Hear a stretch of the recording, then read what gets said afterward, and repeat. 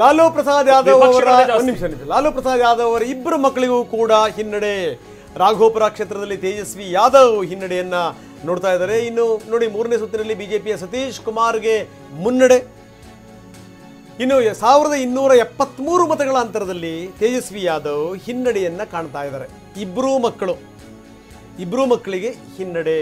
ತೇಜ್ ಪ್ರತಾಪ್ ಕೂಡ ಹಿನ್ನಡೆಯನ್ನ ನೋಡ್ತಾ ಇದ್ದಾರೆ ಆರಂಭದಿಂದಲೂ ಕೂಡ.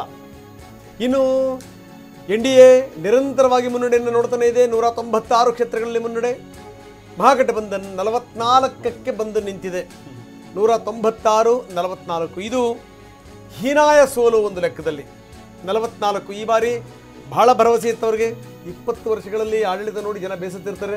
ಅತ್ಯಂತ ಸಹಜವಾಗಿಯೇ ಒಂದು ಆಡಳಿತ ವಿರೋಧಿ ಅಲೆ ಇರುತ್ತೆ. ಅದೆಲ್ಲದೂ ಕೂಡ ನಮ್ಮ ಕೈ ಹಿಡಿಯುತ್ತೆ ಅನ್ನುವಂಥದ್ದು. ಆದ್ರೆ ಎಲ್ಲವೂ ಕೂಡ ಉಲ್ಟಾ ಹೊಡೆದಿದೆ. ಮೇಡಮ್, ಈಗ ಆರೋಪ ಪ್ರತ್ಯಾರೋಪಗಳನ್ನ ಪಕ್ಕಕ್ಕಿಟ್ಟು ಈಗ ನಿಜಕ್ಕೂ ಏನು ಅಂತಂದ್ರೆ ಮುಂದೆ ಏನ್ ಮಾಡಬೇಕು ಅನ್ನುವಂಥದ್ದು. Democracy, save Bharat, save constitution performance ಅಲ್ವೇ ಇಲ್ಲ ಅಂತ ನಾವ್ ಹೇಳ್ತಿರೋದು. Very basic. ನೀವು 5 ಕ್ಷೇತ್ರಗಳಲ್ಲಿ ದಯವಿಟ್ಟು ಅರ್ಥ ಮಾಡಿ, ನಮ್ಮ ಹೋರಾಟ ನಡೆದಿರೋದು ಯಾವುದ್ರ ಬಗ್ಗೆ? ಡೆಮಾಕ್ರಸಿಯ ಮೂಲ ಇದು. ಇವತ್ತು ಹೇಳ್ತಾ ಇದ್ರಲ್ಲ, ಜನಮಾನ್ಯ ಅಲ್ಲ ಇದು, ಜನಮಾನ್ಯತೆ ಅಲ್ಲ ಇದು. ನಿಮ್ಗೆ ಅವಕಾಶನೇ ಕೊಡದೇ ಇದ್ರೆ, ನಿಮಗೆ ಗೇಮ್ ಅಲ್ಲಿ ಓಡಕ್ಕೆ ಅವಕಾಶ ಕೊಡದೇ ಇದ್ರೆ ಪೆಟ್ರೋಲ್ ತುಂಬಿಸ್ಕೋಬೇಕು ಲೋಕಲ್ ಪಾರ್ಟಿಗಳು. ನನ್ನ ಪಾರ್ಟಿಗೆ ಬಂದ್ರೆ ನಿಮ್ಗೆ ಗುಳಿಗಾಲ ಇದೆ, ಇಲ್ದಿದ್ರೆ ಇಲ್ಲ. ಸಿಡಿ ಬಗ್ಗೆ ಎಲ್ಲ ಹೇಳ್ತಾ ಇದ್ರಲ್ವಾ. ಇವತ್ತು ಎಷ್ಟು ಎಲ್ಲಾ ರಾಜ್ಯಗಳಲ್ಲಿ ನೀವು ಅಧ್ಯಯನ ಮಾಡ್ಬಿಡಿ. ಇಲೆಕ್ಟೆಡ್ ಮೆಂಬರ್ಸ್ ಅನ್ನು ಒತ್ತಾಕೊಂಡು ಹೋಗುವಂತ ಅನಿವಾರ್ಯತೆ ಯಾಕೆ ಬಂತು ನಿಮಗೆ? ಡೆಮೊಕ್ರೆಟಿಕ್ ಆಗಿ ಬನ್ನಿ, ಹೋರಾಟ ಮಾಡಿ, ಚುನಾವಣೆಗಳಲ್ಲಿ ಫೇಸ್ ಮಾಡೋಣ.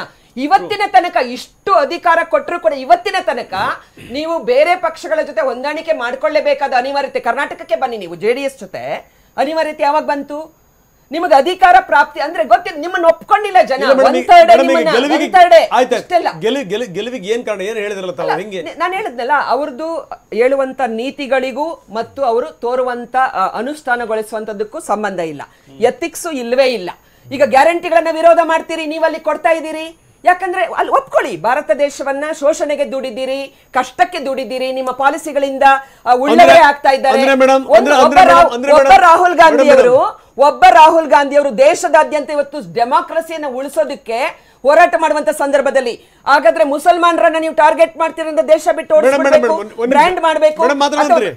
ಮೇಡಮ್, ಈಗ ತಾವು ಹೇಳ್ತಿರೋ ಪ್ರಕಾರ NDA ಗೆಲುವಲ್ಲ, ಕಾಂಗ್ರೆಸ್ನ ಸೋಲಲ್ಲ ಅಂತ ಇರ್ತಾವ. ಅಲ್ಲ, NDA ಗೆಲುವಲ್ಲ, ಕಾಂಗ್ರೆಸ್ನ ಗೆಲುವಲ್ಲ.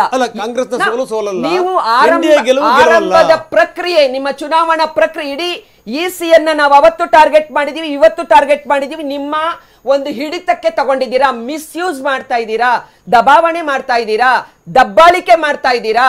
ಅಲ್ಲಿ ಫೇವರ್ ನೋಡಿ, ನೀವು ಯಾವ್ಯಾವ ಕಾನ್ಸ್ಟಿಟ್ಯೂಷನಲ್ ಪೋಸ್ಟ್ ಅಲ್ಲಿ ಇದ್ದಂಥವ್ರು ಏನೇನಾಗಿದ್ದಾರೆ ನೋಡಿ, ನೀವು ಅವರ ತೀರ್ಪುಗಳನ್ನು ನೋಡಿ. ವ್ಯತಿರಿಕ್ತ ಒಂದೇ ಅಪರಾಧ ಪ್ರಕರಣಗಳಲ್ಲಿ ಎರಡೆರಡು ರೀತಿಯ ತೀರ್ಪುಗಳನ್ನು ನೋಡಿ.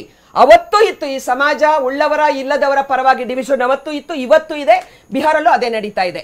ನಿಮ್ಮ ಜೊತೆ ಬಂದಾಗ ಕ್ಲೀನ್ ಚಿಟ್ ಕೊಡ್ತೀರಾ, ನಿಮ್ಮನ್ನ ವಿರೋಧ ಮಾಡಿದಾಗ ಟಾರ್ಗೆಟ್ ಮಾಡ್ತೀರಾ. ಸೋನಿಯಾ ಗಾಂಧಿ ಅವರ ಬಗ್ಗೆ ಮಾತನಾಡಿದ್ರು. 22 ವರ್ಷ ಒಂದು ನ್ಯಾಷನಲ್ ಪಾರ್ಟಿಯನ್ನು ಮುನ್ನಡೆಸಿದ್ದಾರೆ. ಭಾರತ ದೇಶದ ಪ್ರಜಾಪ್ರಭುತ್ವದಲ್ಲಿ ಈ ಒಂದು ಡೆಮಾಕ್ರಸಿಯನ್ನು ಅರ್ಥ ಮಾಡಿಕೊಂಡು ಎಲ್ಲಾ ನಾಯಕರನ್ನು ತೆಗೆದುಕೊಂಡು ಹೋದಂತ UPA 1 and UPA 2 ವಾಜಪೇಯಿ ಅಂತ ಮಹಾನ್ ನಾಯಕರ ಎದುರುಗಡೆ ಅಲ್ಲ, ಅದಕ್ಕೆ ನೀವು ಗಮನ ಕೊಡಬೇಕಲ್ಲ.